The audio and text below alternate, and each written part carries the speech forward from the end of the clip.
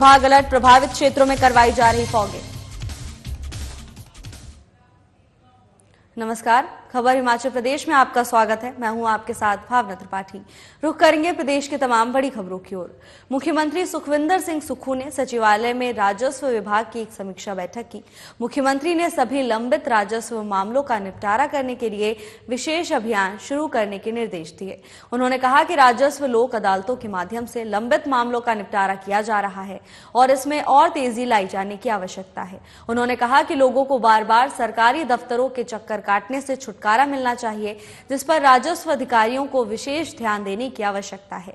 इसी के साथ सीएम सुक्खू ने कहा कि वर्तमान राज्य सरकार लोगों को घर द्वार पर सुविधाएं प्रदान करने के लिए वचनबद्ध है और लंबित राजस्व मामलों का निपटारा करना अति आवश्यक है। उन्होंने सभी मंडलायुक्तों और उपायुक्तों को दुरुस्ती के सभी लंबित मामलों का 31 अक्टूबर 2024 तक निपटारा करने के निर्देश दिए। इस अवसर पर राजस्व मंत्री जगत सिंह नेगी, अतिरिक्त मुख्य सचिव ओमकार चंद्र शर्मा, मुख्यमंत्री के सचिव राकेश कंवर समेत अन्य वरिष्ठ अधिकारी उपस्थित रहे।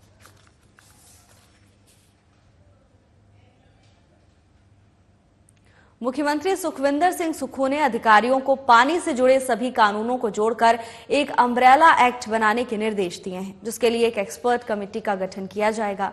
शिमला में एक हाई पावर कमेटी की बैठक की अध्यक्षता करते हुए उन्होंने कहा कि वर्तमान राज्य सरकार हिमाचल प्रदेश के लोगों के हितों की रक्षा के लिए हर संभव प्रयास करेगी। उन्होंने कहा कि राज्य की संपदा को लुटने नहीं दिया जाएगा और अदालतों में विचाराधीन मामलों की मजबूती के साथ पैरवी की जाएगी। हिमाचल प्रदेश के पास सीमित संसाधन हैं, जिनका सही इस्तेमाल प्रदेश के लोगों के लिए होना चाहिए। साथ ही उन्होंने कहा कि हिमाचल प्रदेश में ग्लोबल वार्मिंग के प्रभावों से निपटना एक चुनौती है और मौसम में बदलाव के कारण बादल फटने जैसी घटनाओं में बढ़ोतरी हुई, जिसका अध्ययन किया जाना आवश्यक है।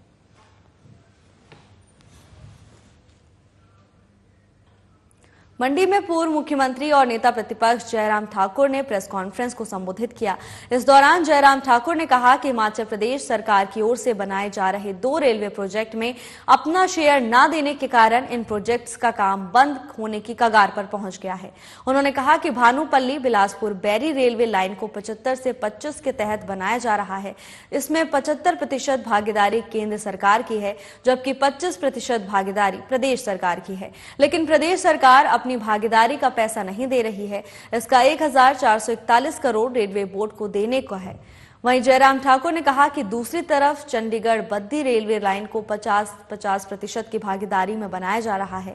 इसका पैसा भी सरकार नहीं दे रही है। इसका 185 करोड़ देने को है। जयराम ठाकुर ने बताया कि रेलवे बोर्ड को कुल 1626 करोड़ की देनदारी देने को है। इसी के साथ जयराम ठाकुर ने बताया कि रेलवे बोर्ड को कुल 1626 करोड़ की देनदारी देने को है और इसके लिए अब बोर्ड के चेयरमैन ने प्रदेश के चीफ सेक्रेटरी को पत्र लिखकर इसकी मांग की है। प्रधानमंत्री नरेंद्र मोदी जी का आभारी हूं कि केंद्र हिमाचल प्रदेश में रेलवे नेटवर्क को आगे बढ़ाने के लिए लगातार प्रयास, लेकिन मुझे इस बात को लेकर भी दुख है कि जो केंद्र और प्रदेश का जो शेयर तय हुआ और जो खासतौर से जो भानुपल्ली बैरी का जो है 75-25 कॉस्ट को जो बेयर करने का एक फैसला जो हुआ है, उसमें मुझे बहुत बड़ा दुख है कि अभी तक हिमाचल प्रदेश की सरकार वो पैसा जो देना था उस पैसे को नहीं दे रही।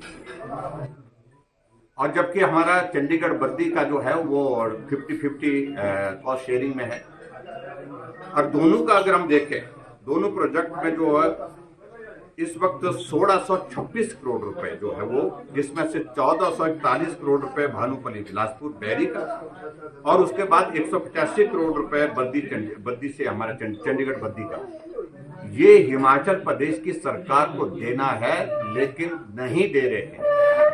और ना देने की वजह से अल्टीमेटली ये स्थिति बनी है कि चेयरमैन रेलवे बोर्ड ने चीफ सेक्रेटरी को पत्र लिखा है कि आप मेहरबानी करके ये पैसा जो है जमा करिए, ताकि जो काम चला है उस काम को हम आगे तेजी से बढ़ा करके उसको पूरा कर सकें। शिमला के साथ लगते जुनगा में आज से फ्लाइंग फेस्टिवल शुरू हो गया है। राज्यपाल शिव प्रताप शुक्ल ने 4 दिन चलने वाली इस चैंपियनशिप का शुभारंभ किया। 2 दिन बाद रेसलर द ग्रेट खली भी फ्लाइंग फेस्टिवल में बतौर मुख्य अतिथि के रूप में शिरकत करेंगे। पैराग्लाइडिंग चैंपियनशिप में भारत के अलावा कई प्रदेशों के लगभग 50 प्रतिभागी भाग ले रहे हैं। शिमला में देशी और विदेशी पर्यटकों को आकर्षित करने के मकसद से दूसरी बार इस चैंपियनशिप का आयोजन किया जा रहा है। बीते साल भी इस इंटरनेशनल फ्लाइंग फेस्टिवल का आयोजन जुनगा में किया जा चुका है। वहीं इस चैंपियनशिप में भाग लेने पहुंचे पैराग्लाइडर्स भी काफी उत्साहित दिखाई दिए। हाँ, तो बहुत मज़ा है। रीच है, बड़ा सा रीच है, उधर खेलना है, दिन भर भी खेल सकते हैं। और लैंडिंग थोड़ा ट्रिकी है, तो बहुत मुश्किल हो रहा है सब पार्टिसिपेंट को और मुझे भी। वो तो अब कंपटीशन अभी बढ़ रहा है। ये जो यहाँ के दोस्त है वो काफ़ी अच्छे कर रहे हैं पिछले साल के मुकाबले। तो अभी देखते हैं सर क्या होता है, ट्राई तो करेंगे। I try my best. अच्छी जगह है, बाकी बस एक ही चीज़ की दिक्कत है, यहाँ पे रोड्स वगैरह अच्छे नहीं है ना। ऊपर वाला टेक ऑफ वाला जो रोड है, अगर वो बढ़िया हो जाए तो अच्छा रहेगा। बाकी तो सब बढ़िया है, कंडीशंस अच्छी है। यहाँ पे 1-1.5 घंटे की फ्लाइंग भी कर सकते हैं बढ़िया से। और जो यूथ है, आप क्या उनको भी ये मैसेज देंगे कि पैराग्लाइडिंग को शौक के साथ साथ एक स्पोर्ट्स के तौर पर भी अपना सकते हैं? हाँ जी ज़रूर, बहुत ही अच्छी चीज़ है पैराग्लाइडिंग। सबको ट्राई करना चाहिए, मतलब जो कर सकते हैं। और जैसे मतलब फैमिली वालों को भी सपोर्ट करना चाहिए अपने बच्चों को, कि अगर करना चाहते होंगे तो, क्योंकि काफ़ी सही चीज़ है। और मतलब बाहर भी काफ़ी कॉम्पिटिशन्स होते हैं, बहुत सही है। बिलासपुर में प्रदेश कांग्रेस महासचिव और पूर्व विधायक बंबर ठाकुर ने प्रेस कॉन्फ्रेंस की। इस दौरान उन्होंने कहा कि पुलिस की ओर से भी खानापूर्ति ही की जा रही है, क्योंकि पूरे मामले के सूत्रधारों को आज दिन तक पुलिस हाथ तक नहीं लगा पाई। उन्होंने आरोप लगाया कि हिमाचल के सभी 6 विधायकों को इधर उधर ले जाने, उन्हें पैसे देने और उनके आवास की व्यवस्था करने वाले बीजेपी के 2 ही लोग थे, जिसमें बिलासपुर सदर विधायक त्रिलोक जम्वाल और दूसरे सुंदरनगर से राकेश जम्वाल मुख्य रूप से शामिल हैं। चिंतनीय बात है कि इस पूरे मामले को लेकर पुलिस जांच में आज दिन तक इन दोनों को शामिल ही नहीं किया गया और उन्हें एक बार भी पूछताछ के लिए नहीं बुलाया गया। विधायक राकेश जम्वाल, इन दोनों जम्वालों ने हिमाचल प्रदेश की सरकार को अस्थिर करने के लिए जो 6 एमएलए की जो खरीद फरोख्त हुई है, उसमें टैचियां इनके हाथ से गई, होटलों के बिल इनके हाथ से गए, टैक्सियों के बिल इन्होंने दिए, जहाज़ों के बिल इन्होंने दिए। तो मैं हिमाचल प्रदेश के डीजीपी साहब से कहना चाहूँगा कि आपने क्या कारण है कि आपने इन दोनों एमएलएस को इंक्वायरी में शामिल नहीं किया। यदि बालूगंज थाना में या दूसरे किसी थाना में एमएलएस को बुलाया जा रहा है तो इनको क्यों नहीं बुलाया जा रहा है? रिश्वत लेने वाला भी दोषी है और देने वाला भी दोषी है। तो त्रिलोक जम्वाल के हाथों से यदि रिश्वत बांटी गई है या बिल दिए गए हैं, होटल के खाने पीने के बिल दिए गए हैं, टैक्सियों के बिल दिए गए हैं, जहाज़ों के बिल दिए गए हैं, तो क्या वो दोषी नहीं है? फोन तो उसी वक्त उनका ट्रेस हो जाना चाहिए था, कॉल पे लग जाना चाहिए था, ट्रेसिंग पे। सोलन जिले के औद्योगिक क्षेत्र बीबीएन और परवाड़ू में लगातार डेंगू के मामले सामने आ रहे हैं। बीबीएन और परवाड़ू में डेंगू के 4 नए मामले सामने आए हैं, जिसके चलते लगातार मामलों की संख्या बढ़ती जा रही है। अभी तक 100 के करीब मामले सोलन जिले में डेंगू के सामने आए, जिसके लिए स्वास्थ्य विभाग सतर्क है और प्रभावित क्षेत्रों में फॉगिंग करवाई जा रही है। हमारे संवाददाता से बात करते हुए मुख्य चिकित्सा अधिकारी डॉक्टर अमित रंजन तलवार ने बताया कि बीबीएन और परवाड़ू में डेंगू के मामले सामने आ रहे हैं। उन्होंने लोगों से एहतियात बरतने का आग्रह किया और फ्रिज, कूलर सहित अन्य स्थानों पर साफ पानी को जमा ना होने की सलाह दी।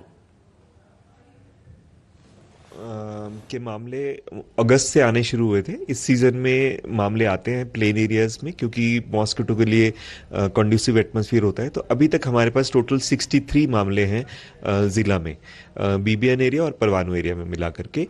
कोई भी डेथ नहीं हुई है और हम एक्सपेक्ट करते हैं कि आने वाले टाइम में जैसे जैसे सर्दी बढ़ेगी तो ये और 15 दिनों में मामले कम होते जाएंगे। एहतियात क्योंकि ये पानी जहाँ खड़ा होता है, स्वच्छ पानी के खड़े होने से होता है, तो सबसे इम्पॉर्टेंट चीज़ है कि लोगों के घरों में कोई फ्रिज की ट्रे में पानी है काफ़ी समय तक पड़ा हुआ है, गमले में पानी है वो काफ़ी समय तक पड़ा हुआ है, स्टोरेज कर रहे हैं तो उसके ऊपर ढक्कन नहीं लगा हुआ है, कूलर का पानी है वो चेंज नहीं कर रहे हैं काफ़ी दिनों से, तो कूलर का पानी जो है वो हफ्ते में एक बारी ज़रूर चेंज करना चाहिए। फ्रिज की ट्रे उनका पानी एक बारी ज़रूर हफ्ते में चेंज करना चाहिए। पानी को 3 दिन से ज़्यादा स्टोर नहीं करना चाहिए, और 3 दिन तक भी जो स्टोर करना है उसको अच्छे से ढक के रखें। हिमाचल प्रदेश कर्मचारी महासंघ ने सचिवालय के प्रांगण में जनरल हाउस बुलाया। इस दौरान सैकड़ों की संख्या में कर्मचारियों ने हिस्सा लिया।